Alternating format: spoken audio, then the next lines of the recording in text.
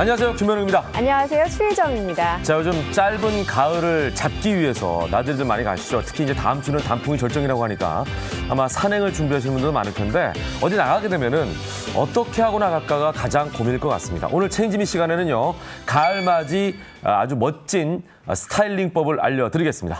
네, 그럼 먼저 날씨로 시작하겠습니다. 주말 동안 태풍이 지나고 청명한 하늘이 펼쳐졌는데요. 먼저 이 시각 야외로 나가보겠습니다. 김혜영 캐스터.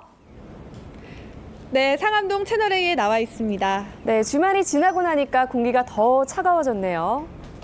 네, 그렇습니다. 오늘은 이슬이 찬 공기와 만나 서리로 변하기 시작한다는 절기 한로답게 아침 공기가 꽤 쌀쌀합니다. 서울은 9.2도까지 내려가 이번 가을 들어 가장 낮은 기온을 기록했습니다.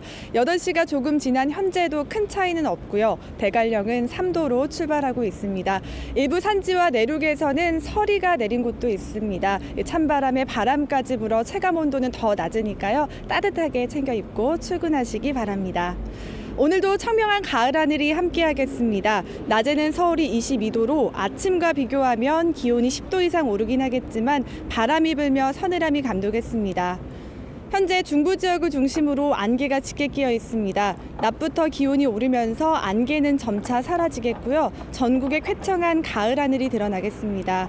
미세먼지 농도는 좋음에서 보통 단계로 공기도 깨끗해서 야외 활동하시기 무난하겠습니다. 현재 대부분 지역 10도 안팎으로 쌀쌀하게 출발하고 있고요.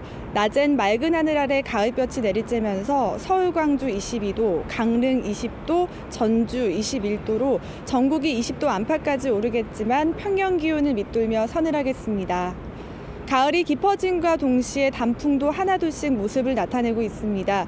지난달 말 설악산에서 첫 단풍이 물들기 시작한 데 이어 오대산과 치악산도 단풍이 시작됐고요. 이번 달 중순쯤이면 서울에서도 첫 단풍이 물들겠습니다. 단풍 계획에 참고하시기 바랍니다.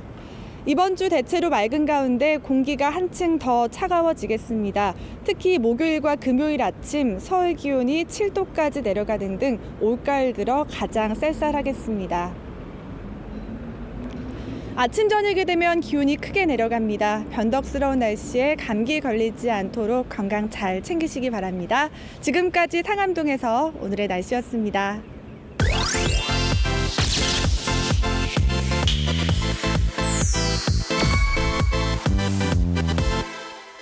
안녕하세요, 김묘성입니다. 네, 반갑습니다. 고현준입니다. 네, 오늘의 연예터치 첫 번째 소식입니다. 구속된 남편, 스타 아나의 대처입니다. 네, 다소 좋지 않은 소식인 것 같은데요. 어떤 분 이야기인가요? 네, 배우 박혜미 씨 이야기입니다. 지금 음주운전 사망사고를 일으킨 황민 씨의 아내로서 그녀의 대처가 계속해서 화제가 되고 있습니다. 자, 당시 음주운전으로 동승자 중 2명이 사망을 네. 했죠. 그리고 황민 씨를 포함한 3명이 부상을 입었는데 황민 씨는 지금 어떤 상태인가요? 지난 4일 구속이 됐습니다. 보통 그 구속영장 청구할 때 나오는 게 뭐 증거인멸이나 도주의 위험이 있느냐를 따지게 되는데요. 캐나다 국적이죠, 황민 씨가. 그래서 도주의 우려가 있고 또 단장이라는 우월적 지위를 이용해서 피해 단원들 관련해서 증거를 인멸할 우려가 있다라고 판단해서 구속했습니다. 네, 구속 절차에 들어갔다고 하는데 반성하는 모습은 보였나요? 네, 물론입니다. 자신이 한 일에 대해서 반성하는 모습을 보였고요. 모두 나의 잘못이다라고 이야기를 하면서 유가족과 피해자들에게 정말 죄송스러운 마음을 전한다. 무엇라고 얘기할지도 모르겠다라면서 굉장히 죄송한 마음을 표하기도 했습니다. 그리고 그냥 법이 심판하는 대로 따르겠다라면서 고개를 숙여서 계속해서 사죄를 했습니다. 자, 그렇다면 아내인 배우 박혜미 씨는 어떻게 지내고 계신가요? 그 당시에 그 사고가 있던 당시에 오캐롤의 프레스콜이 있었는데 여기 참석을 못했었죠. 그러면서 잠정적으로 모든 활동을 중단했었는데 지난 3일 다시 무대로 돌아왔습니다. 그리고 이 사고에 대한 어떤 책임을 얘기하면서 출연료 전액을 기부하겠다라는 입장을 밝히기도 했습니다. 그러니까 제작사를 통해서 주변 정리가 아직 끝나지 않았다라고 얘기를 하시면서 잠정적으로 활동을 중단하게 됐는데 저를 아끼는 또 다른 사람들이 피해당하지 않도록 다시 무대에 서기로 고심 끝에 결정했다라고 말을 했습니다. 나아가서 이 절망적인 상황에서 무대에 올라서 춤추고 노래하는 것이 배우의 숙명이자 운명이다. 이런 말도 남겼습니다. 네, 박혜미 씨 같은 경우는 사건 당시에 피해자 장례식까지 쫓아다니면서 사건을 책임지려고 노력하는 모습을 보이는 반면에 남편분께는 굉장히 단호한 모습을 보였다면서요? 네, 그렇습니다. 남편이면 사랑하는 가족이잖아요. 그렇죠. 그럼에도 불구하고 저지른 죄에 대해서는 분명한 처벌을 받아야 된다라는 단호한 입장, 처음부터 일관되게 지금까지도 유지되고 있습니다.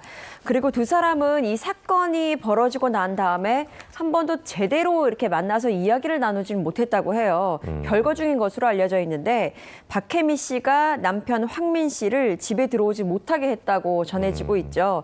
전권을 변호사에게 위임하면서 연락조차 지금은 제대로 되지 않고 있는 상황이라고 합니다. 이 부분에 대해서 황민 씨는 그 아내 박혜미 씨에 대해서 좀 서운한 마음을 토로했는데요. 이 관련 영상을 저희가 준비를 했습니다. 가족이라는 것이 결국은 뭐 기쁠 때만 가족이냐, 이 서운하고 힘들 때는 어떻게 되는 거냐. 이 사건 이후에 난 가족이 없는 것 같다라는 얘기를 하기도 했는데 이 영상이 있었기 때문에 네. 좀 그 박혜미 씨의 반응도 또 궁금해지는 것이죠. 예, 한번 들어볼까요? 네. 25년을 같이 살았습니다. 기쁠 때만 가족이라면 저는 이 사건 이후로부터는 저는 가족이 없는 것 같습니다. 자, 이 소식을 들은 박혜미 씨는 어떻게 반응했을까요? 네, 박혜미 씨가 이 소식을 접하고 채널A와 인터뷰를 했습니다. 전화통화 내용이 있는데요. 함께 한번 들어보시죠. 서운함을 토로했다고 얘기를 지금 박민이한테 어이가 없는 상황인 거죠. 애 같다는 생각이 들었어요. 모든 걸 저한테 해결해달라고 인생을 그렇게 살았던 사람 같아서. 네. 들으신 것처럼 황민 씨의 입장을 보고 박혜미 씨는 다소 어이가 없다, 아이 같다라는 입장을 보이면서 참 답답한 마음이 여기까지 전해지는 것 같습니다. 실망감을 네. 보인 거죠. 네. 네. 네, 박혜미 씨와 남편 황민 씨 사이 좋은 모습을 많이 보였었는데 네, 네. 박혜미 씨가 이렇게까지 단호한 모습을 보이는 이유 아무래도 실망감 때문이겠죠. 네, 실망이 무엇보다 클 것이고요. 그리고 사고로 그 세상을 떠난 두 명이 박혜미 씨와의 인연이 있기 때문이죠. 그렇군요. 한 사람은 후배고 한 사람은 제자인데요. 특히 그 20대 초반의 여성 그 박혜미 씨가 강의했던 대학의 학생이었고 제자로 만났고 그리고 지금은 또 박혜미 씨의 회사의 인턴으로 일을 하다가 이런 변을 당한 것이거든요. 또 뮤지컬 회사의 음악 감독으로 일하던 그 후배도 이번에 사고를 통해서 세상을 떠났기 때문에 이런 부분에 있어서 뭐 박혜미 씨의 마음이 참담할 수밖에 없는 것이겠죠. 네, 그리고 무엇보다 남편에게 실망을 했던 것은 사고가 벌어지고 난 다음에 남편의 대처에 대해서 네. 크게 실망한 것 같습니다. 네. 사고가 벌어지고 난 다음에 박혜미 씨가 한번 그 병원을, 남편이 입원해 있는 병원을 찾았었는데 크게 다치지 않은 모습이었다고 합니다. 때문에 남편에게 권유를 했던 것은 이렇게 크게 다치지 않았으면 장례식장이라든지 피해자나 유가족들을 찾아서 사죄를 하고 인사를 드려야 되는 것이 마땅하지 않냐라고 이야기를 했는데 그에 대해서 다른 사람을 시켰다고 합니다. 남편분이 이 모습을 보면서 이건 정말 맞더라도 가서 직접 인사를 하고 엎드려 사죄를 해야 되는데 이렇게 대처하는 모습에 크게 실망을 한 것으로 보입니다.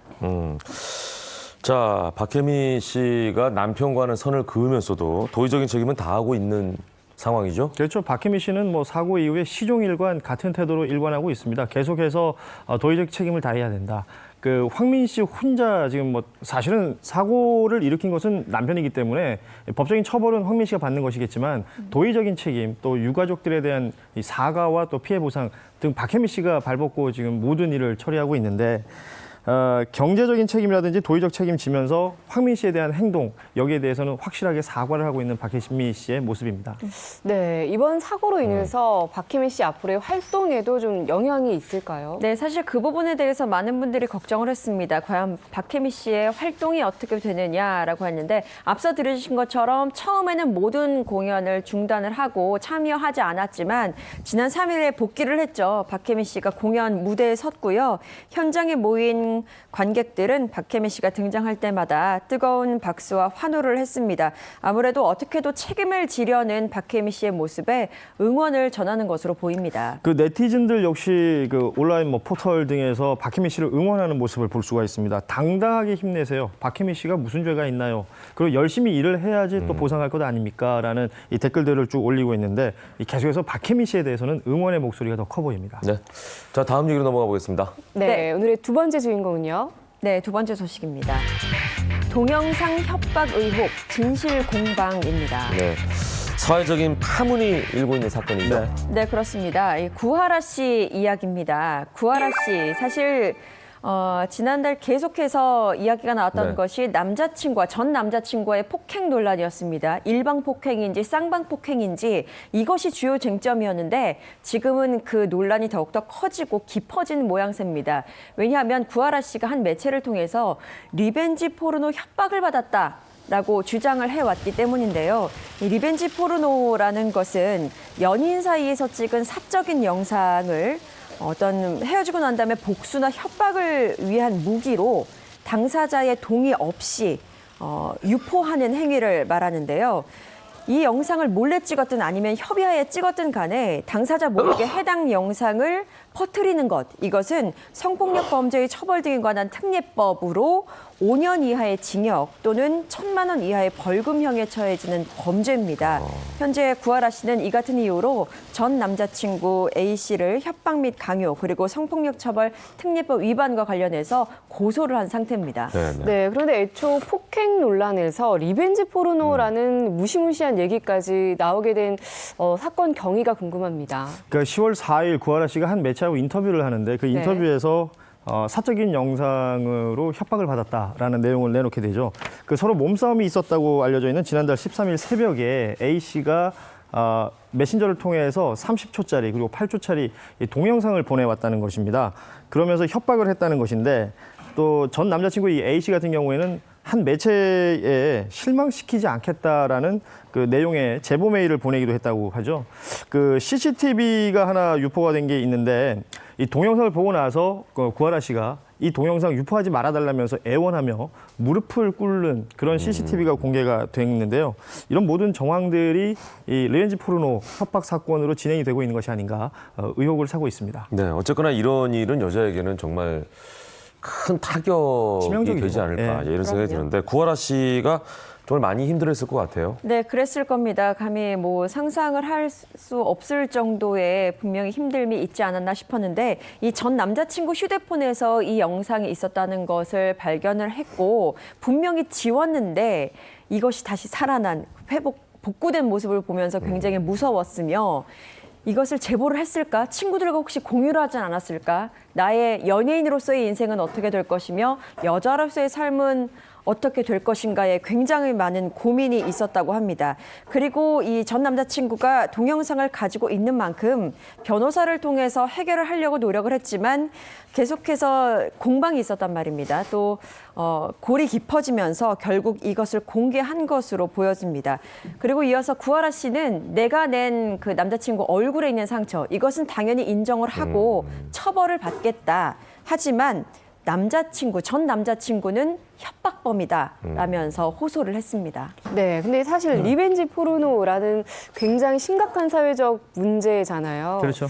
파장이 컸다면서요. 이 소식을 접한 많은 사람들이 함께 공분하고 있는 모습입니다. 지난 7일에는 이 구하라 씨 이 사적인 영상을 유포하려고 협박했다라고 하는 이 전 남자친구에 대해서 강력한 처벌을 원한다는 청와대 국민청원이 올라오기도 했는데요. 4일 만에 20만 명이 동의하는 서명을 했습니다.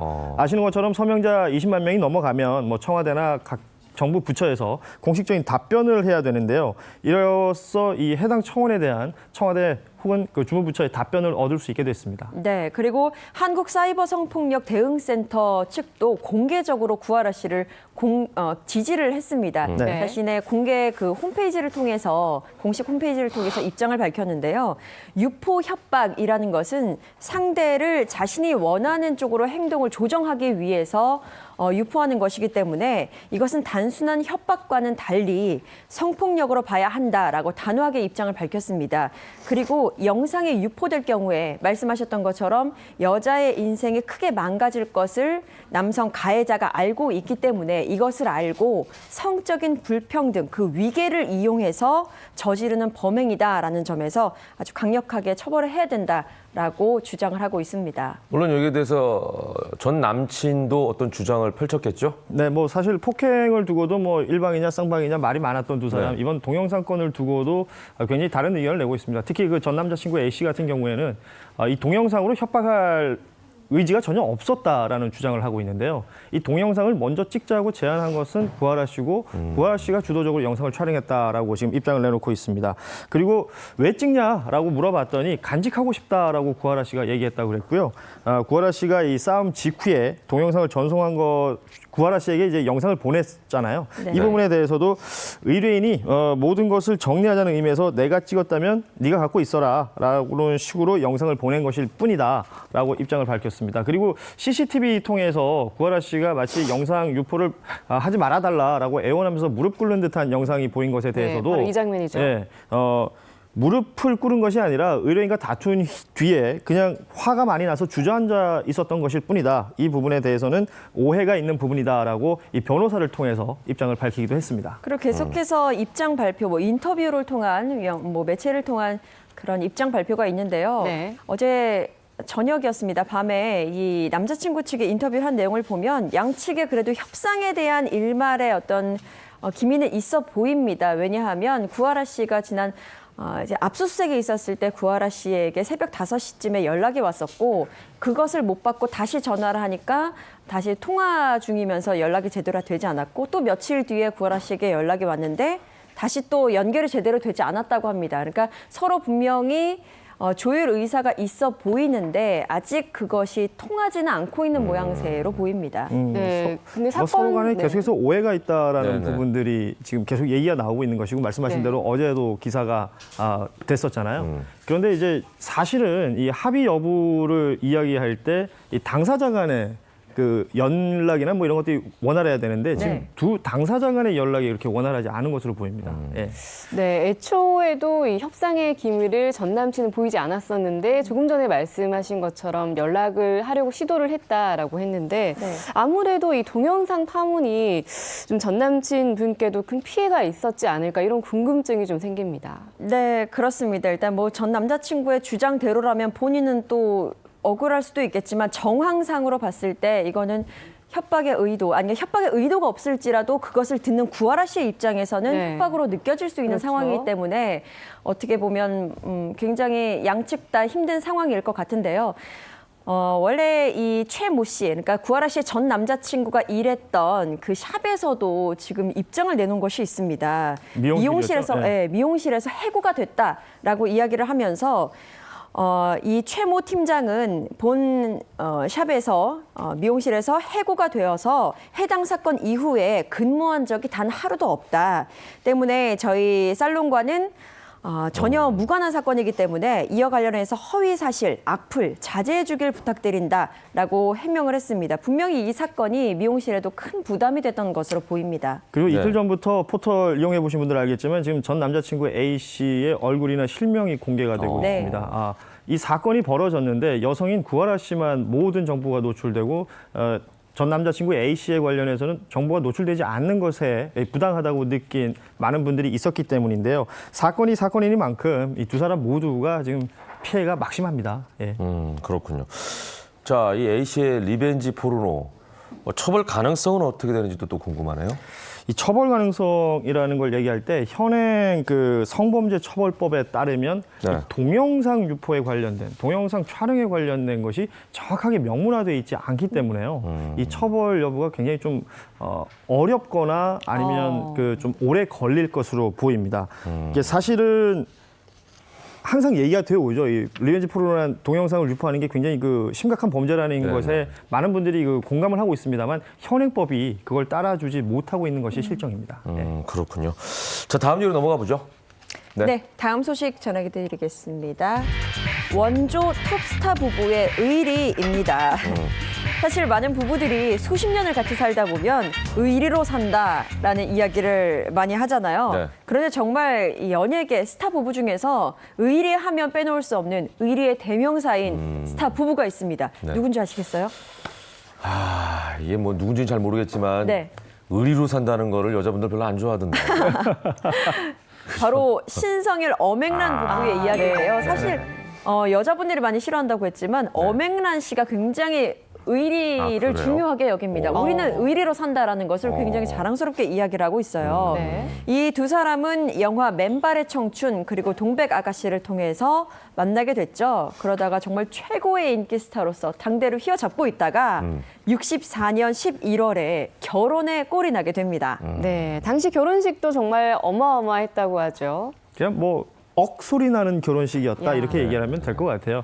64년 당시에 이제 톱스타들만 결혼한다는 한 호텔에서 최고의 결혼식을 올렸는데 일반 하객들까지 다 몰린 분들 생각해보면 4,000명이 넘었다 오, 그래요. 네. 그러니까 엄청나네요. 갑자기 사람들이 이렇게 몰려들면서 당시 그 축의금 접수대가 무너졌다라는 얘기는 뭐 워낙 유명하고 엄앵란 씨가 당시에 지금은 고인이 된 앙드레 김 선생의 웨딩 드레스를 입었는데 사실 그때까지만 해도 결혼 문화에서 저렇게 순백색의 웨딩 드레스 입는 것이 큰 문화는 아니었는데요. 아, 그래요? 엄앵란 씨로 인해서 이후에 문화가 형성이 된 것이죠. 맞습니다. 그러네요. 예.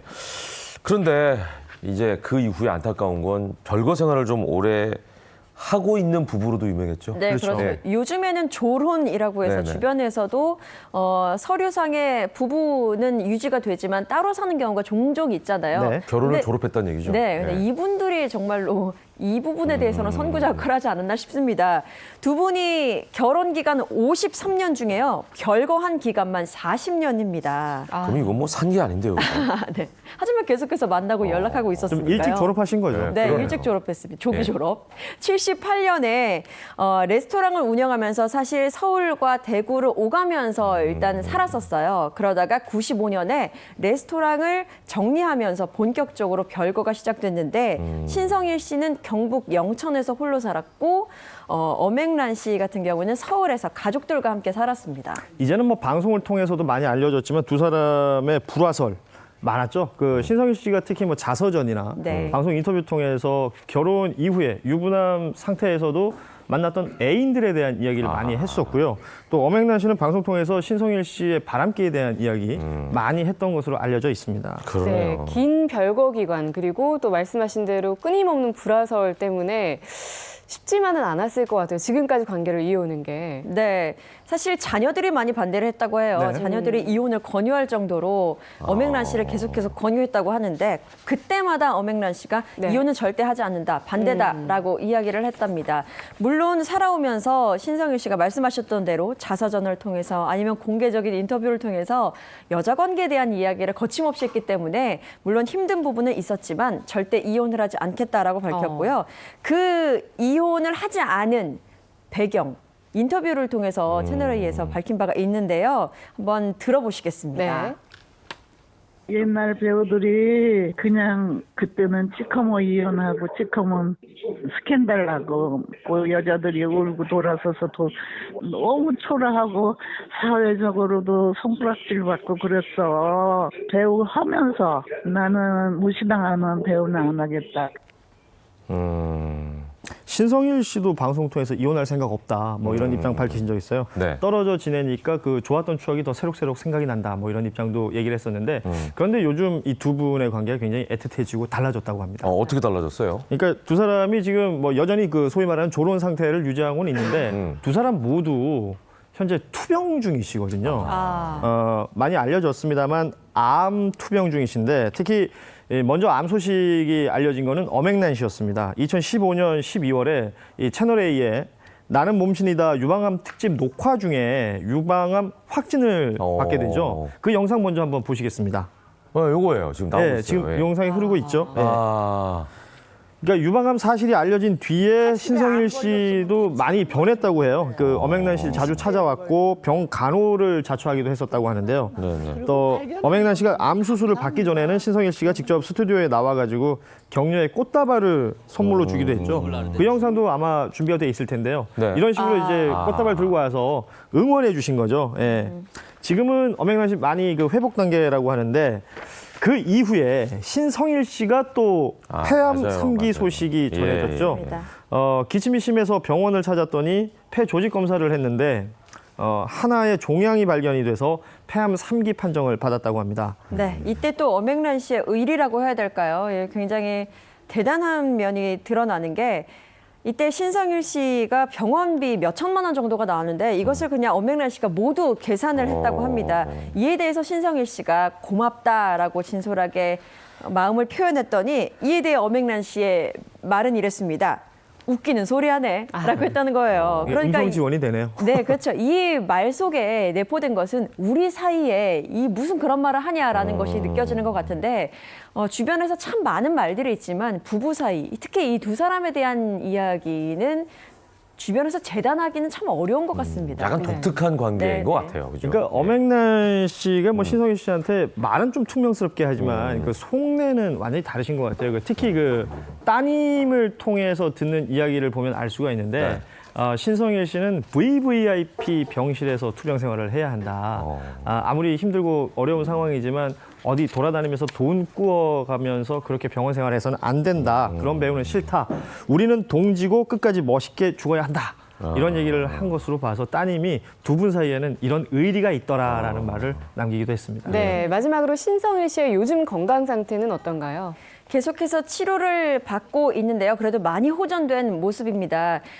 부산국제영화제가 지난주에 개막식이 있었는데 네네. 그때 레드카펫에 아주 멋진 모습으로 신성일 씨가 등장을 했어요. 이렇게 예. 보시는 것처럼 건재한 모습이고요. 예. 앞으로도 건강을 계속해서 유지하시기를 바랄 뿐입니다. 예, 지금 보니까 뭐 수척해 보이시지도 않고 네. 굉장히 밝아 보이시네요. 그러네요. 예. 자, 아무쪼록 건강이 최고라는 말씀으로 오늘 얘기 마무리하도록 하겠습니다. 두 분 말씀 잘 들었습니다. 고맙습니다. 감사합니다.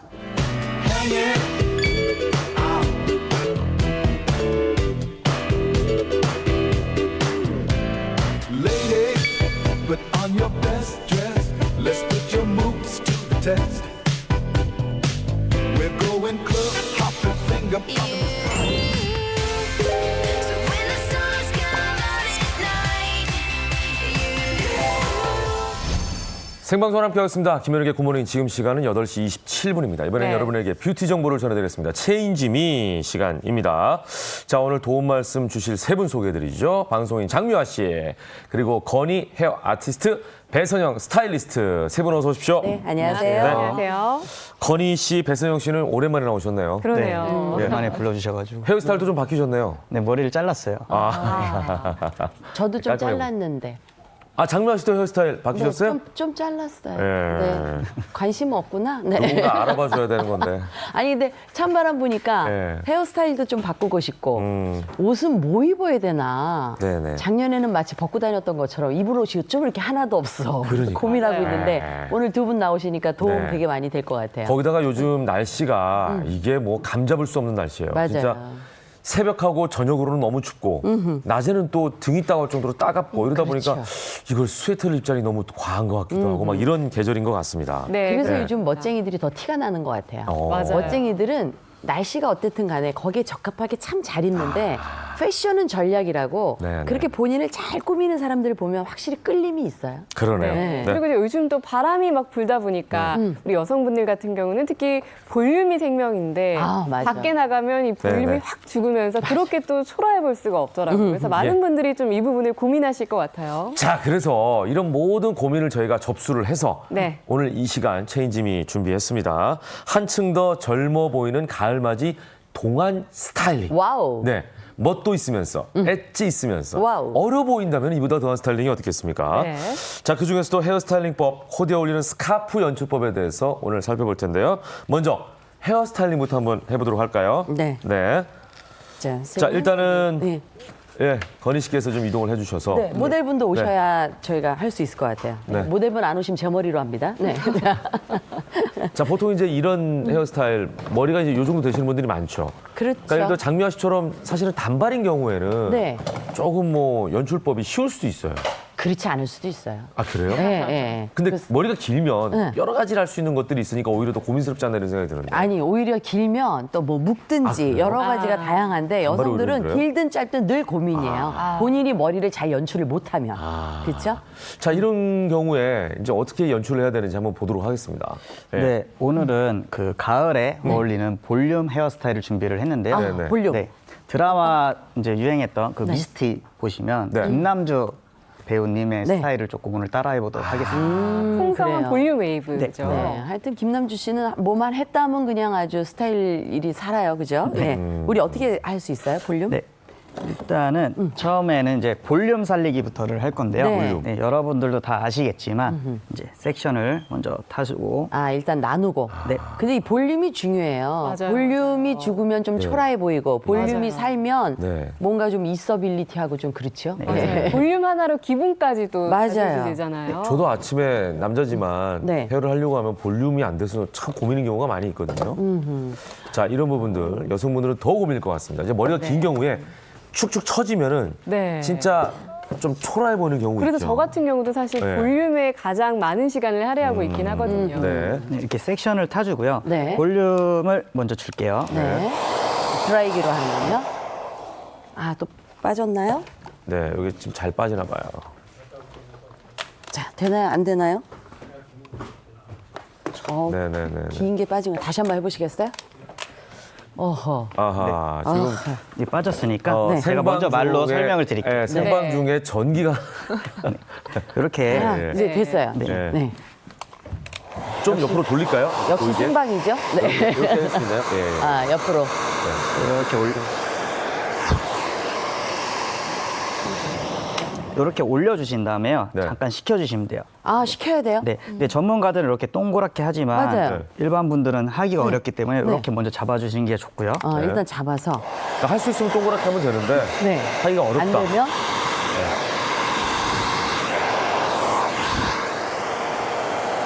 근데 집에서 이렇게 똑같이 해도 저는 금방 죽던데요? 네. 그래서 네. 이렇게 해놓고 네. 3초 정도를 식혀주시면 돼요. 아, 이런 작업이 그러니까 필요하군요. 이 식힘이 없었군요, 제가. 이렇게. 롤빗을 꽂아놔라는 얘기네요. 빼지 좀 말고 오시면 이렇게 볼륨이 이렇게 살고 아, 와. 오, 그렇군요. 이렇게 살짝 보여줄까요, 옆으로? 그러니까 이- 볼륨이 예, 이렇게 밤새 살았어요. 이렇게 살았어요. 네. 어. 야, 확실히 얼굴도 더 작아 어. 보이고. 그래서 어. 처음에는 예. 이렇게 자, 조금만 이제 옆으로 또 돌려서 한번 예. 해볼까요? 예. 일단은 모델이 최란 씨를 닮으셨어요. 두 분 중에 누가 더 기분 나빠할까요? 네. 아, 위에 한번 바람을 쐬주고, 예. 그 다음에 동그랗게 말 수 있으면 최대한 동그랗게 만 하고 다음에 또 3초를 롤빗을 놔둬라. 식히고, 예. 켜놓으면 또 볼륨이 이렇게. 아, 또 살고. 제가 이 식히질 않아서 어쩐지 미용실에서 하는 거랑 비슷하게 하는 것 같은데 절대 안 살더라고, 제가 알면. 네. 맞아요. 그렇군요. 가정에서는 이렇게 좀 3초 정도 기다리는 걸 그리고 저희가 이- 팁을 몰랐잖아요. 네, 그러니까. 전문가들도 먹고 사셔야죠. 이제 먹고 사시기 힘들겠는데요, 저희가. 이렇게 네. 볼륨을 살려주시면 얼굴에 이목구비도 이렇게 또렷해지고 네. 이렇게 머리 되게 풍성해 보이거든요. 네, 훨씬 더 우아해 보여요. 그러면은 얼굴도 좀 작아 보이죠? 네, 그렇죠. 그런 효과가 이게 있고. 붙으면 네. 얼굴이 굉장히 아, 볼륨이 없으면 예. 좀 얼굴도 더 커 보이고 살지가 않고. 그렇군요. 그런 얘기예요. 자, 이렇게 해서 이제 일단은 볼륨을 살렸습니다. 네. 이쪽 부분 볼륨인 거죠? 네. 그러면 이제 아래쪽은 어떻게 해결을 해야 되나요? 그 다음에는 이제 네. 아이롱을 이용해서 이제 컬을 넣어줄 거거든요. 네. 아랫부분은 아이로. 그러니까 그 위쪽은 살리고 아래쪽은 이렇게 컬을 바깥쪽으로 주는 건가요? 네. 지금 일단 뭐 미스트에 나오는 김남주 씨보다는 조금 길이가 길어요. 우리 모델분 머리가. 그렇죠. 네. 그렇지만 이제 이미지는 제가 김남주 씨를 만들어 드립니다. 아, 이미지는 그렇군요. 네. 예. 그래서 이렇게 잡으시고 굉장히 그 말에 우리 모델분이 부담스러워하는 것 같아요. 이제 단을 조금 크게 하신 다음에요. 네. 네. 아래쪽은 그냥 좀 넓게 잡아라 하는 네. 얘기죠? 한 바퀴를 말아주시고 한 바퀴를 돌리고. 이렇게 잡아주시고 아, 손으로 또 이렇게 마저 그 라인을 따라 이렇게 한번 다 감아주는군요. 네. 그리고 위에 부분은 네. 이제 한 바퀴를 말 거거든요. 예. 그래서 위에 부분은 이렇게 마신 다음에요. 네. 그냥 쭉 천천히 네. 빼주세요. 아, 그냥 내려와요? 예. 그리고 이렇게 천천히 빼주신 다음에 네. 마지막에 네. 손을 뒤집어서 어머. 이렇게 이게 매직이네. 이렇게 시켜주시면은 여기서 이제 컬을 조절을 할 수가 있거든요. 우리가 이걸 몰랐네. 아니, 근데 손을 뒤집어야 되는데. 굉장히 쉽게 지금 컬이 생겼는데 이게 손동작이 이분이 전문가니까. 아, 그렇지. 빨라서 네. 이제 시중에 나와 있는 이제 제품들은 네. 이렇게 고정이 되는 게 있어요. 이거는 전문가용이고 네. 이렇게 딱 집어넣고 놔도 고정이 돼 있습니다. 네. 네, 그래갖고 이렇게 해서 네. 고정을 딱? 집어넣고 네. 이렇게 집어넣잖아요. 돌려요. 그러면은 이렇게 천천히 그냥 빼시면 돼요. 천천히 내려와요. 네, 너무 빨리 빼지면 안 되고요. 네. 이렇게 천천히. 아, 그다음에 휙 이렇게 해서 아, 휙이 어렵다니까, 휙이. 휙이 어렵다고. 그러니까 밖으로 감아서 네, 돌리는 요렇게. 거. 아, 근데 어쨌든 우리가 이런 방법이 있다는 거는 네. 지금 알게 되었어요, 그죠? 예. 야. 저쪽도 한번.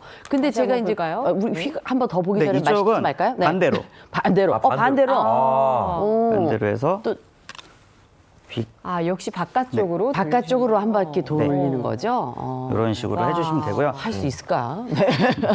근데 제가 궁금한 게 집에서 머리하면 말린 상태에서 해야 되는지 좀 젖은 상태에서 해야 되는지 그게 고민될 때가 있어요. 아, 완전 적당히 말라야 되는 거 아닌가요? 완전히 이렇게 건조한 모발은 네. 이제 볼륨이 살기가 조금 어렵기 아, 때문에 그래요? 이렇게 적당한 수분감이 있는 게 좋아요. 네. 네, 그래서 이제 분무기를 분무기로. 조금 뿌려주신 다음에 아. 예, 드라이를 해주시면 너무 젖은 머리를 상태는 안 되고. 감았다면은 다 말리지 말고 해야 되는 살짝 그쵸, 말려서. 예. 그렇군요. 그리고 이제 마지막으로 이제 네, 네. 네. 중요한 게 여기 정수리 볼륨. 그게 하이라이트, 중요하죠. 그게 정수리 중요해요. 볼륨. 네. 여기가 이제 죽어 있으면 네. 변사기 때문에 이렇게 그렇죠. 올라가야 하는 되는데. 아. 느낌이 다르거든요. 아, 예. 그렇죠. 네, 맞아요. 요거 좀 돌려서 할 수 있을까요? 네네. 네. 예, 이렇게. 예. 예. 정수리가 살면 예. 얼굴이 좀 더 갸름해 보이고. 맞아요, 맞아요. 그런 효과가 이게 있죠. 이제 전문가분들에게 맡기면은 백콤이라 그래서 네. 빗으로 이렇게 해주잖아요. 아, 근데 그게 사실 모발에는 많이 좋지는 않기 때문에 그래요? 네, 모발이 일반 상하는구나. 분들이 하실 때는 네. 과하게 넣기 때문에 이제 크티클이 많이 망가지거든요. 예, 그거는 머리 감기도 권장하지 힘들더라고요. 않는군요. 그렇죠. 예. 그래서 전문가들은 살살 넣어주시는데 아. 조금 막 이렇게 하다 보면 이제 많이 아니, 상해요. 우리 모르니까. 그러네. 네, 예. 본 건 보통은 있어가지고. 이제 정수리 부분에서 이제 가르마가 많이 타지는데 네. 좀 앞쪽에서부터 브러쉬질을 조금 해주시면 좋아요. 아, 조금 앞쪽에서부터. 네, 가르마를. 집중만 하는 것이 아니라 네. 중간 정도. 그냥 이렇게만 빗어줘도 벌써 여기서 볼륨이 살거든요. 혹시 그 빗이 신기한 빗 아닙니까? 아니, 오늘은 그게 아니고요. 이렇게.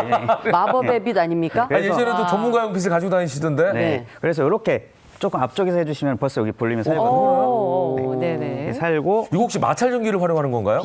네? 아니 이제 이거- 각도를 이용한 네. 거죠. 예. 삼탑 현상에 의해서. 네. 그래서 이렇게 잡아주시고 각도를 조금 앞으로 주신 다음에 아. 그다음에 뭘 드릴까요? 여기 이제 드라이기 열로 아, 드라이기 열로. 앞쪽으로. 예, 실제로 볼륨은 뒤쪽으로 넣지만 머리는 앞쪽으로. 그래야지 아래쪽이 뜨겠죠. 오. 아. 오. 이게 약간은 쉽게 얘기해서 약간 꺾인 상태로 그죠? 예. 네. 여기서 중요한 것도 식혀주시면 시켜요. 어. 좀 충분히 식혀주시면 네. 자 이렇게 놓을게요. 오. 볼륨 많이 이렇게 든다. 그렇게만 해도 사네요. 네. 그러네. 이렇게 아, 정말 과한 빗질 없이도 네. 드라이기 한번 이렇게 갖다 근데 대니까 문제는 이걸 머리가 어떻게 확 유지하냐는 거죠. 예. 여기에 이제 스프레이를 아. 살짝 뿌려주시면은 뿌린 볼륨- 다음에 놔라. 네. 아. 살짝 뿌려서 식히고. 그 부부 싸움도 약간 식힌 다음에 해야 그죠? 네. 예, 우리가 실수가 없듯이 이 머리도 식혀줘야 되는구만요. 아, 그렇군요. 그리고 제가 한 가지 팁을 조금 이제 준비를 했어요. 네, 이게 뭘까요? 어려우셔갖고 네. 네. 보통은 이런 이제 헤어롤을 사용하시는데 네. 이것도 없고 네. 빗질도 하기 힘들 때 있잖아요. 그래서 오늘 이제 깡통을 준비를 했거든요. 아, 네. 음료캔. 헤어롤 대신에. 네네. 그래서 준비물은 이제 긴 음료 캔이고요. 네. 여기다 종이를 좀 감아주시는 게 좋아요. 아. 그냥 이제 캔에다 하게 되면 이제 마찰력이 없어서. 네. 그래서 아까랑 똑같은 원리거든요. 아, 종이가 없으면 머리가 보기에는 흘러내리죠. 휴지심 같아 보이기도 네네. 하네요. 그래서 각도는 네. 이쪽으로 아까처럼. 캔으로 종이를 만 캔으로. 이렇게 마신 다음에 네. 자 그다음에 드라이기. 드라이기. 아, 여기 부분에다 이제 열을 주시는 거예요. 또. 똑같아요, 그죠? 열을 주는 부분은. 아, 이게 최혜정 캔에 말린 씨가 부분하고. 그 화장지 롤 같다 그런 얘기를 했는데 화장지 롤은 안 되는 거죠? 아, 그것도 괜찮아요. 괜찮아요? 네, 괜찮아요. 동그란 거는. 어. 아니 나는 이게 이제 음료수 캔으로 한 이유가 네. 혹시 캔은 네. 열 전도율이 있어서 그렇죠. 근데 조금은 더 좋지만 이제 네. 동그라면. 근데 중요한 건 이제 모발이 단백질로 이루어져 있기 때문에 네. 열을 주면 휘는 성질이 있어요. 그럼 식히면은 이제 굳고. 그래서 이게 드라이 원리거든요. 이렇게 해놓고 네. 좀 식힌 다음에 예. 다시 이제 좀 풀면은 이렇게 컬이 조금 생깁니다. 이렇게 하고 이야. 네네네. 뭐 키도 항상, 커 보이고 야. 뒤가 살아나니까. 그리고 이렇게 모발이 네. 네네. 이렇게 얇고 이제 건조하신 분들은 항상 네. 제품에 네. 사용을 해서 그 헤어케어를 꼭 해주셔야 돼요. 네. 아. 네, 마무리는 이제 에센스 같은 걸 좀 꼭 사용해 주시면 좋습니다. 근데 사실 좀 나이가 들수록 네. 모발이 얇아지고 좀 건조해지잖아요. 네네. 그렇죠? 네네. 그러니까 우리 어머님들 얘긴데 제 얘기고. 네. 아, 그럴 때 에센스를 야. 좀 써줘라, 네, 촉촉하게. 너무 건조해 갖고요. 아, 정말 그렇군요. 확실히 더 우아해 보이시고 얼굴도 더 작고 이목구비도 확실히 또렷해 보이는 효과가 있네요. 그리고 키도 커 보여요. 사실 정수리를 살려면. 맞아요, 맞아요. 네, 그런 얼굴도 장점도 갸름해 있죠. 보이고. 이렇게 그렇지만. 하면 굉장히 우아하게 네. 네, 김남주 씨가 오신 것 같습니다. 그러네요. 어머, 남주 씨. 최란 씨 네. 같기도 하고요. 어. 네. 자, 아무튼 이렇게 해서 이제 헤어스타일링은 풍성하게 만들었습니다. 네. 자, 그다음에 이제 스타일링을 본격적으로 해야죠. 네. 이번에는 이제 배선영 스타일리스트가 출동할 차례죠. 네. 네. 네. 가을하면 그분이 또 이제- 스카프 연출법을 우리가 또 미리 알고 있으면 예, 예. 또 우아하게 네. 꾸밀 수가 있겠죠. 아우, 네. 우리 저 배 선생님은 네. 본인 자체가 아주 뭐 스타일리시하잖아요. 그러네요. 예, 예. 근데 우리가 스카프 사실 매기 전에 처음은 사야 되는 거잖아요. 근데 살 때 뭘 살까? 어떤 색상이 나한테 어울릴까? 이게 고민이 되거든요. 어떤 걸 고르면 좋을까요? 네, 스카프 시중에 이쁜 게 너무 많이 나와 그쵸. 있는데 이쁘다고 무작정 막 사시면 안 돼요. 네. 네, 집에 내 옷장에 네. 어떤 옷의 색깔이 있는지 좀 고민을 한 다음에 네. 내가 가지고 있는 옷들과 좀 비슷한 색상을 좀 사주시면은 네. 매치하기가 훨씬 좋아요. 아, 그러겠죠. 그렇군요. 예, 나의 무턱대고 그냥 스카프만 마음에 들어 사면은 문제가 되는 거죠. 예, 나의 네. 옷과 비슷한 색상을 좀 네. 골라라 이런 네. 말씀인데 네. 왜 사람이 저처럼 좀 피부가 하얀 사람도 있고 네. 우리 김현욱 MC처럼 피부가 좀 까만 사람도 있고 제가 까매요? 하얗진 않잖아요. 예.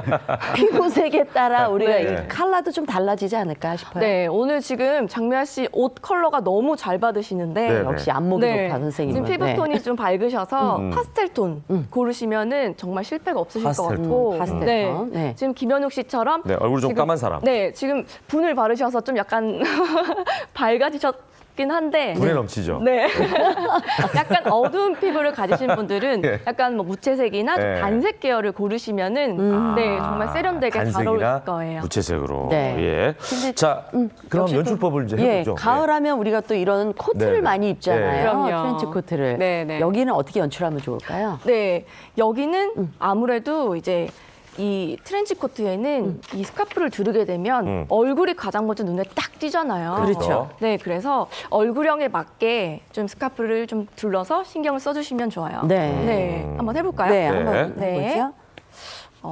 자, 제가 잠깐 자리를 바꿀까요? 네, 그러세요. 네. 이리 오세요. 아, 지금 이렇게, 이제 네, 비슷한 트렌치 코트 톤에. 입었을 때 느낌이죠. 네. 약간 좀 이렇게 약간 보색의 그런 느낌이 있는데 약간 다른 느낌인데. 네. 이런 느낌을 둘러도 이쁘거든요. 네. 한번 모델한테 입혀서 그래요. 시연을 그게 한번 낫겠어요. 해볼게요. 예. 네. 사람이 네, 입는 게 네, 낫죠. 마네킹보다는. 자, 이제 헤어는 완성이 되셨으니까 네. 트렌치 코트를 한번 걸쳐보고 또 네. 스카프까지 한번 매치를 해볼게요. 겨울철에 없어서는 안 될 필수 아이템이 바로 트렌치 코트죠. 맞아요. 그렇죠. 요즘 같은 네. 환절기부터 아주 유용하게 많이 입고 오늘 입고 나가시면 좋을 것 같아요. 약간 쌀쌀해서요. 그죠? 네. 예. 네. 자, 이렇게 하고 지금 이렇게 코트만 걸쳤을 때는 네. 약간 목 부분이 좀 허전할 수 있잖아요. 좀 밋밋해 보여요. 네, 그래서 이렇게 좀 긴 스카프를 한 중간쯤에 네. 매듭을 한번 잡아주세요. 아, 한번 쪼매요. 네, 매듭을 한번 잡아주시고, 아. 네, 이 귀 옆쪽에 예. 이 정도에 한번 둘러주세요. 이게 사실 스카프가요. 안 가지고 계신 분들은 거의 없을 텐데 네. 이걸 어떻게 둘러야 되는지 맞아. 저도 사실은 스카프는 아니지만 목도리를 두를 때도 야 이걸 둘둘 말아야 되나? 아니면 맞아요. 묶어야 되나? 늘 고민이 굉장히 되는 고민이 되거든요. 그리고 이 이게. 스카프를 잘만 두르면요. 네. 옷을 산 것 같아요. 맞아요. 예, 옷도 옷이 살고 막 나도 살고, 예, 잘못 들으면 옷이 막 죽거든요. 네, 맞아요. 그래서 이런 거 한번 배워보고 싶었는데. 네, 이 스카프를 너무 목에 이렇게 바짝 묶게 되면 네. 얼굴이 좀 커 보이거든요. 아. 그래서 약간 이렇게 셔링을 느슨하게. 잡아주시고 그렇군요. 또 이쪽을 한 번 더. 돌려요. 네, 한 번 더 네. 이쪽으로 돌려서 네. 매듭안에 넣어주세요. 아, 그 가운데를 매듭안. 묶어서 이쪽도 매듭 안에 넣고 돌려가지고 반대쪽도 매듭 안에 네. 넣으나. 오, 승무원 분위기 나요, 지금. 예, 비행기 타셔야 될 것 네. 같아요. 이 매듭을 보니까 어릴 때 교복 입을 때 또 매듭을 지어서 넥타이를 맸던 그런 모습도 기억이 나요. 오. 훨씬 더 되게 가을 느낌이 와우. 네, 멋있죠. 코트가 확 사는데요? 오. 그래가 이제 목 부분. 그죠? 여기가 이제 원래는 트렌치 코트의 깃이 딱 보여야 되는 부분인데 그 위쪽을 이렇게 스카프를 활용해서 조금 커버를 하면서 그죠? 다른 느낌을 주니까 네. 트렌치 코트만 갖고 있는 그 어떤 가을의 쓸쓸함 네. 이런 거를 좀 커버하는 화려함이 연출이 되네요. 네. 이 스카프 셔링이 이렇게 잡아주시면 좀 더 되게 우아한 여성으로 보일 수가 있어요. 네. 그래요. 네. 자, 그다음에 지금 뭐 스카프에 대해서 계속 말씀해 주시고 계시니까 다른- 스카프를 연출할 수 있는 팁을 좀 몇 가지만 좀 주셔도 괜찮을 것 같아요. 네. 예. 이번에는 코트를 한번 벗고요. 네. 안에 셔츠를 입으셨으니까 네, 셔츠에 벗어서? 한번 매치하는 방법도 네. 알려드릴게요. 아, 맞아요. 요즘 낮에는 또 외투를 많이 벗으니까 그렇죠. 셔츠 바로 위에서 또 스타일링 할 수 있는 방법 어떤 게 네, 있죠? 이렇게 보통 흰 블라우스 셔츠 많이 입으실 때 네. 좀 밋밋하면은 좀 어디다가 뭐 포인트를 줘야 될지 잘 맞아요. 모르시잖아요. 네. 그럴 때는 이렇게 얇은 뿌띠 스카프 이런 거 있으시면 넥타이 스카프 종류를 또 비슷한? 선택하는 게 좋군요. 네. 네. 얇은 스카프를 이렇게 카라 안에 이렇게 넣어주셔서 네. 자, 요거를 마치 남자가 넥타이를 매듯이. 네, 네. 이렇게 타이로 매셔도 돼요. 네. 네. 이것도 예쁘네요. 타이로 매셔도 되고 타이로 매면 좀 매니시한 그런 느낌이 나고 네. 아니면 좀 여성스럽게 이렇게 리본으로 리본. 일명 세라 스타일? 그죠? 그죠? 예. 좀 더 어려 보이죠? 아, 그러네요. 네. 예. 이렇게 리본으로 묶어주시면 네. 약간 학생 네. 같은 느낌. 훨씬 여성스럽네요, 진짜. 그렇죠. 예, 느낌이. 지금 이 웨이브한 머리랑 네. 되게 잘 어울리시는 것 같아요. 야. 이렇게. 또 이렇게만 외출하시기는 뭔가 어전하죠. 또 우리 여성분들 가방 많이 들고 다니시는데 네, 가방에 그렇죠. 요즘 보면 요즘 손잡이에도 가방에도 굉장히 포인트를 네, 많이 많이 주는데요? 두시더라고요. 맞아요. 지금 이렇게 파란 색깔이 있는데 네. 이 파란 색깔 좀 여름 컬러잖아요. 그래요. 네. 그래서 이렇게 여름 컬러 들어주시면 네. 뭔가 되게 여름에 진한 그런 아이템을 들고 나온 것 같고 맞아요. 그럴 때는 네. 이 스카프를 이용해 주시면 좋아요. 그래요? 네. 요즘 그렇지 않아도 스카프 달려 나오는 가방들도 좀 있는 것 같아요. 네, 그런 거 너무 그렇죠? 많은데 그런 걸 새로 사실 필요도 없고요. 네. 네. 집에 있는 스카프를 여기다가 묶어줄게요. 아, 그래요? 그냥. 네. 여기다가 네. 네. 자 이거를 그냥 돌돌 말아주시면 돼요. 아, 그래요? 네. 정말 가방 하나에 스카프만 바꿔도 네. 굉장히 분위기가 색다르게 바뀔 것 사실 같아요. 여성들은 스카프 여러 개 있잖아요. 쓰다가 안 쓰면 보재기로도 쓰고 뭐 그냥 예, 그러는데 이렇게 좀 다양하게 이렇게 묶어서. 돌돌돌돌 말아서. 그러고 보니까 아예 이렇게 묶어서 나오는 가방도 있는 것 같아요. 네, 요즘에 있어요. 네, 그리고 그죠? 겨울에는 왜 털 달려갖고 네. 그런 걸로도 그 가방에 포인트를 주잖아요. 네. 지금 손잡이를 다 말았어요, 그죠? 네, 다 말고 한쪽만 말 거예요? 네, 한쪽만 마는 게 좀 포인트죠. 아, 네. 양쪽 다 말지 말고. 양쪽을 다 말면은 왠지 끈 네. 떨어져서 한 것 같은 그리고 머리를 느낌이 잘못 들지 쓰면 않을까 이런 생각도 들고요. 가방이 안 열릴 수도 있다는. 네. 예, 예. 이렇게 가을이지만 여름철 색깔을 활용해서 거기에 스카프를 한번 동염해 보시면 네. 느낌이 또 색다르지 않을까 생각이 드네요. 아우. 그냥 이게 끝이에요? 와. 네, 이렇게 하나만 말아주시면 돼요. 예, 예. 멋있네요. 예. 오. 이렇게 포즈 한번 취하시면서 마무리하도록 하겠습니다. 오늘 모델분 볼륨감 있는 헤어스타일에 네. 가을철에 아주 스타일링 스카프 연출법. 그러니까 굉장히 매력적으로 보일 수 있는 이런 분위기 연출법까지 있는데요. 함께했습니다. 예, 자 오늘 말씀 잘 들었습니다. 네. 고맙습니다. 네, 감사합니다.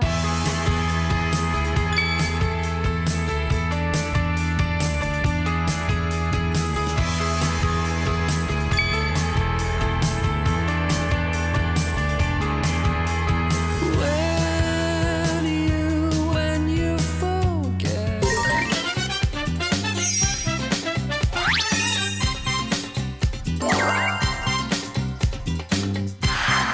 이번에는 무엇이든 Q&A 시간입니다. 정철진 칼럼니스트 나오셨습니다. 어서 오십시오. 어서 오세요. 네, 안녕하십니까. 자, 이제 김장철을 앞두고 김치 냉장고 관심 있는 분들이 꽤 있을 것 같습니다. 네. 문제는 김치 냉장고가 한두 푼이 아니라는 그렇죠. 거죠. 자, 고민만 하다가 에이, 김치 그냥 흰 김치 먹지 뭐. 뭐 이러시는 분도 있을 것 같은데 이런 분들에게 희소식이 있다고요? 그렇습니다. 네. 이제 오늘은 이 중고 제품, 중고 시장에 대한 이야기를 좀 해보려고 하는데요. 방금 말한 것처럼 김치냉장고 역시도 네. 중고 시장에서 정말 뭐 아주 가격 대비 성능 좋은 제품을 구할 수가 있을 것 같은데요. 최근에 우리 국내 중고 시장이 어마어마하게 커졌습니다. 지난 2008년에 중고 제품 시장 규모가 한 4조 원대였거든요. 네. 근데 최근 보면 이게 20조 원. 그러니까 거의 10년 만에 5배 넘게 커갔습니다. 이 매출액 20조 원이라고 하면 국내 편의점 매출 규모랑 맞먹을 정도로 커졌었거든요.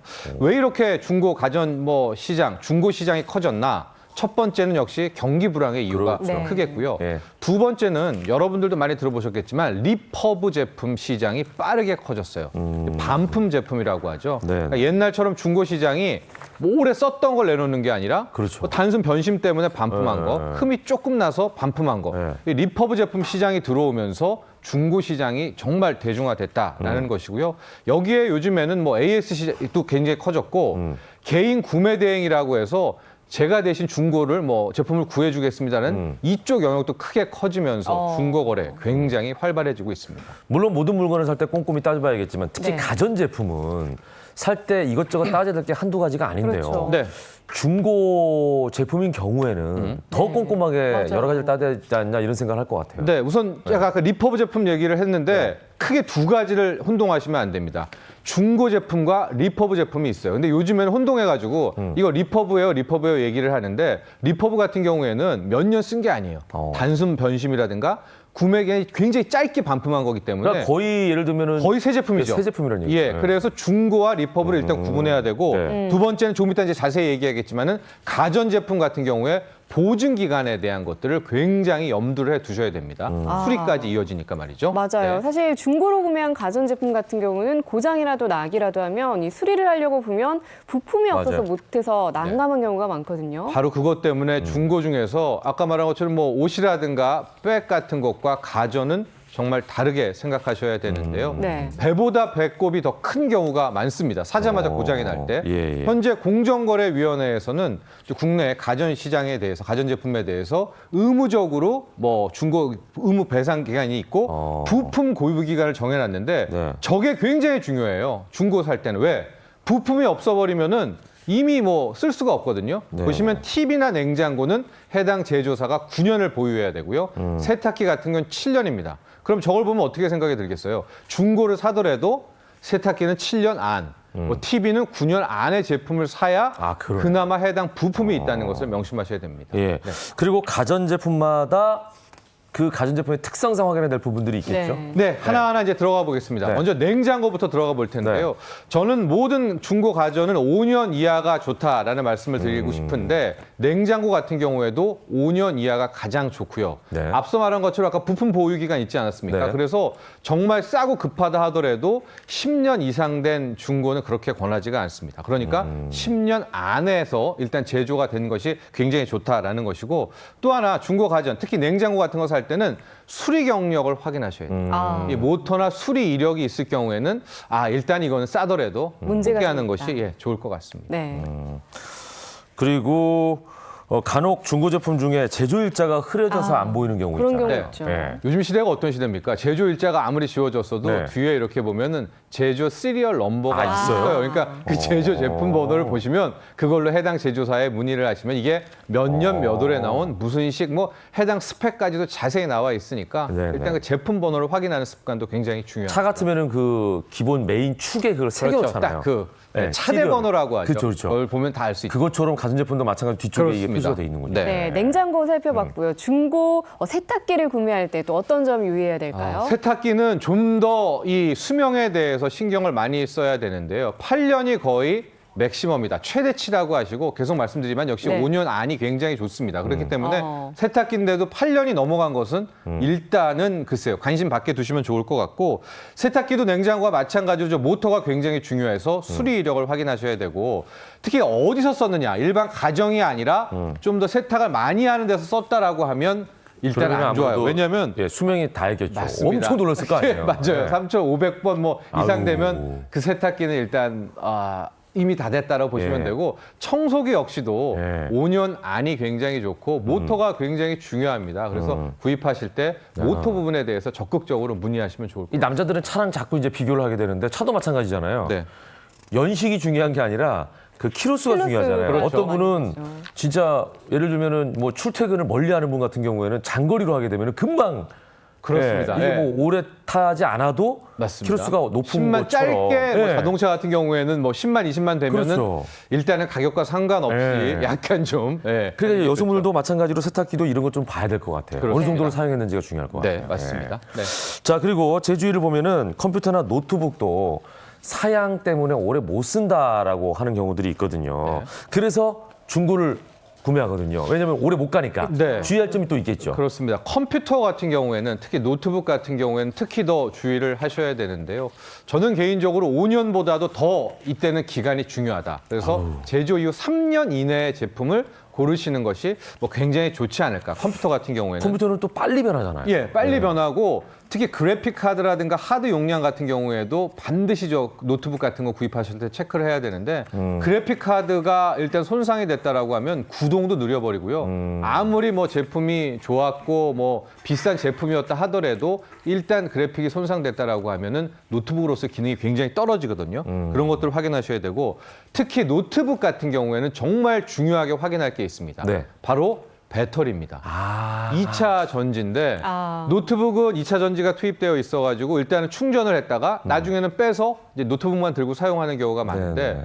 저게 뭐 막 사용을 해가지고 방전이 자주 되는 그런 맞아요, 노트북이 맞아요. 있는데 그때는 이제 저 있는 배터리가 제 기능을 발휘하지 못합니다. 네네. 그러면 노트북인데도 불구하고 계속 선을 그러니까. 꼽고 사용을 해야 되는 굉장히 불편하거든요. 그런 역설적인 게 나오고 그리고 그래서 아예 바꿔야 되겠다라고 해서 저 2차 전지 노트북 배터리를 바꾸러 수리센터에 배보다 배꼽이 더 가보시잖아요. 크겠죠? 일단은 버리게 됩니다. 워낙 비싸기 때문에 노트북은 3년 이내 그러니까. 그다음에 꼭 해당 제품의 배터리 성능을 꼭 확인하시고 그러네요. 예. 네, 그리고 저희가 초반에 얘기했었던 김치 냉장고 중고로 구매할 때 어떤 걸 유의해야 될까요? 일단 두 가지 제가 뚜껑형을 선택할 것인가 스탠드형을 고를 것인가를 먼저 결정하셔야 돼요. 네. 뚜껑형은 뭐냐면 우리 전통적인 김치 냉장고 이렇게 뚜껑을 열어서 초각초각 넣는 것이고 요즘에는 이 간접 스탠드형이라고 해서 위는 냉장고로 활용하고 밑에만 이렇게 열어서 이 김치 냉장고로 쓰는 이제 그런 형이 있기 때문에 가정에 따라서 뭐 가족 수라든가 우리 집이 뭐 김치를 많이 먹냐 안 먹냐에 따라서 두 가지 버전을 선택해야 될 텐데요. 네네. 일단은 앞서 말한 것처럼 뭐 5년 이내 이런 제품 수리 기간, 보증 기간도 중요하고 네. 제가 보기에 한 3인 기준에서 뚜껑형이라고 하면 한 160리터 정도면은 거의 무난할 것 같고 네네. 4인 기준으로 뚜껑형 같은 경우에도 김치를 많이 먹는다 하더라도 한 네. 200리터 정도가 뚜껑형은 적당하고 스탠드형은 이제 훨씬 더 3인 기준 같은 경우에는 한 300리터, 4인 기준으로 할 때는 한 400리터 정도를 생각하셔가지고 그 용량을 생각하시면 글쎄요 김치 냉장고 역시도 요즘 리퍼브 제품에서 훌륭한 제품 많이 구할 수 있습니다. 근데 중고 제품을 사기 위해서 매장을 찾아야 되잖아요. 네. 어떻게 쉽게 찾아갈 수 있을까요? 가장 많이 문의가 저 막 TV에 많이 나오잖아요. 네. 저 매장 어딨어? 그러니까. 라는 겁니다. 막상 막연하죠. 찾기가 힘들 텐데 여러 가지 뭐 인터넷 포털 사이트에서 구할 수가 있고요. 서울시 같은 경우에는 지자체 단위로도 이런 어떤 식의 중고 제품 시장들을 공개하는 경우가 있거든요. 네네. 서울시는 자치구 재활용센터 홈페이지에 일단 들어가 보시면은 아마 다른 지자체에도 저런 것들을 이용할 거예요. 네네. 그러면 어디에 있는지 또 경우에 따라서는 그 매장에 어떤 제품들이 있는지까지도 인터넷 홈페이지에서 확인을 할 수가 있거든요. 네네. 그래서 저런 곳에서 정보를 얻으시면 될 것 같습니다. 네, 그리고 요즘은 개인 간 중고 거래가 많다 보니까 사기 피해도 많던데요. 예방법이 있다면 어떤 게 있을까요? 간단하게 좀 설명해 지금까지 주시죠. 고르는 법이면 이제 거래 방법입니다. 첫 번째, 직접 만나서 주고받는 것이 가장 좋습니다. 얼굴을 물건 봐라. 받고 그 다음에 돈 주는 것이 좋고요. 네. 두 번째는 사이버캅 앱을 이용해서 사기 피해자, 그러니까 거래자의 계좌 확인을 먼저 해보시는 것이 좋고요. 예. 세 번째는 안전결제 시스템이라고 해서 에스크로 계좌입니다. 그러니까 바로 돈이 입금되는 게 아니라 네. 딱 걸어놓는 걸어놓는 거죠. 거예요. 그런 네. 다음에 물건 받은 다음에 오케이 사인하면 그때서 입금이 되는 그런 게 있고요. 네. 네 번째, 다섯 번째, 여섯 번째는 이제 작물 확인입니다.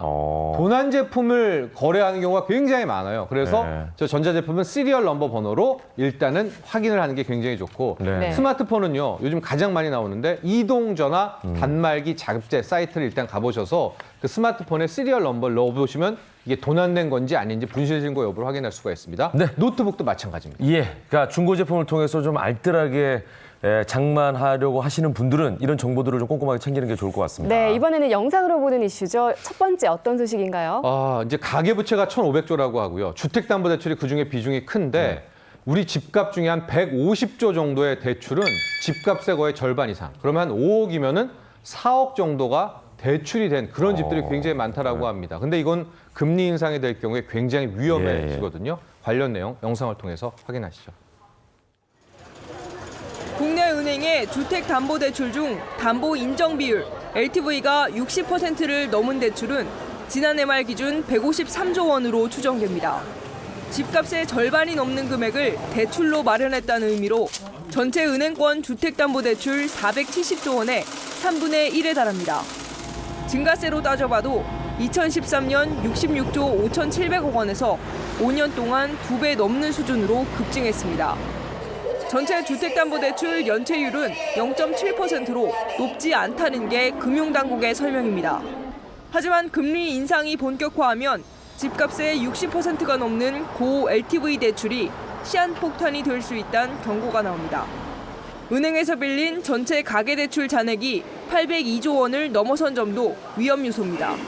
금리를 급격히 올리게 되는 경우에는 LTV가 높은 담보대출을 중심으로 위험이 발생할 여지는 있다고 생각됩니다. 이 부분에 대한 관리 감독이 중요하다고 볼 수 있고요.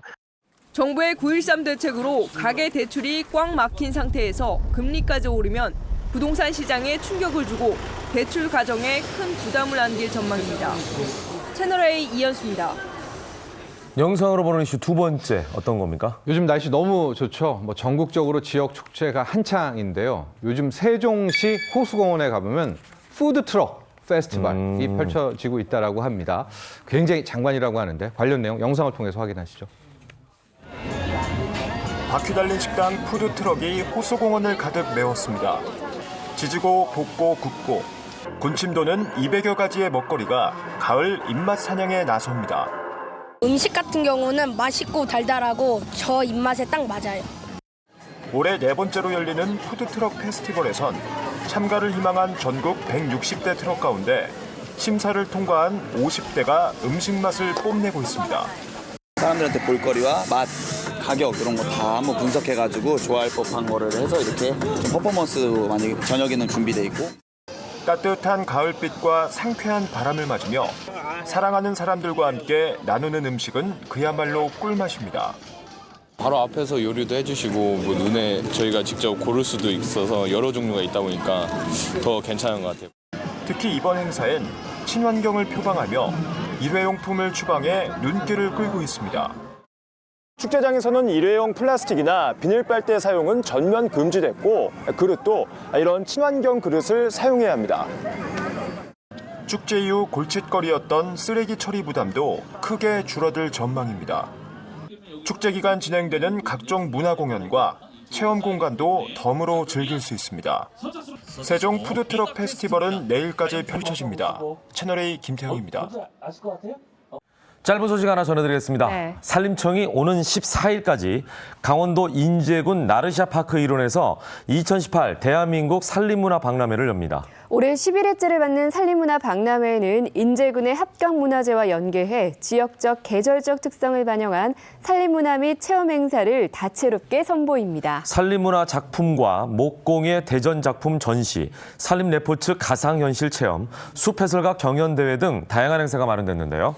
산림의 학술적 가치를 공유하는 심포지엄과 함께 산림 지식과 기술을 겨루는 전국 대학생 산림기술 경진대회도 열립니다.